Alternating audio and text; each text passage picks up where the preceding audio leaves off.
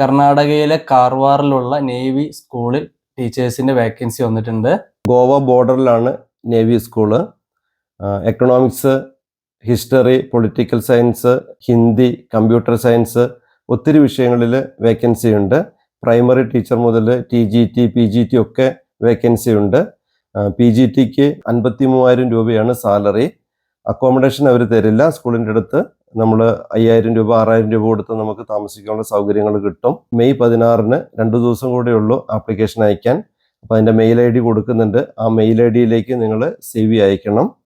23-ാം തീയതി അതിൻ്റെ written exam ഉണ്ടായിരിക്കും.